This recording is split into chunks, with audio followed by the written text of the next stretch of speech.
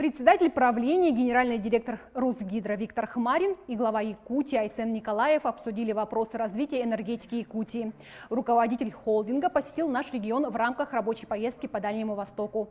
Это одна из первых моих рабочих вообще поездок по регионам, по дочерним компаниям Русгидро в должности директора компании.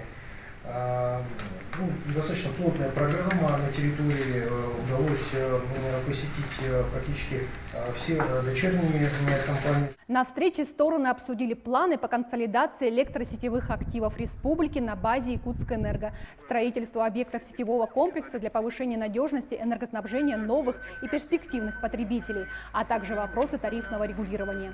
Также были рассмотрены вопросы полной загрузки в первую очередь Якутская ГРЭС-2 и создание единого теплоснабжающего предприятия на территории города Якутска. Это направление связано с развитием теплосетевого хозяйства города Якутска, с модернизацией тепловых сетей, объектов теплоснабжения города Якутска и в конечном итоге снижение в сопоставимых ценах стоимости тепловой энергии для потребителей города Якутска. Это важнейшая задача, которую мы будем реализовывать совместно с правительством Якутии, с администрацией городского округа.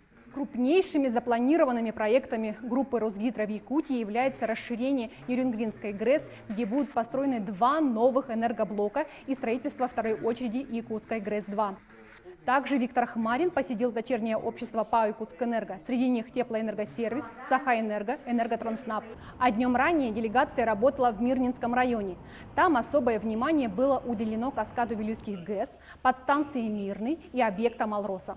Также были рассмотрены вопросы строительства ряда электросетевых объектов, таких линий, как Сонтар-Нюрба, Сулгачи-Амга, и также намечены и источники, и сроки реализации этих проектов.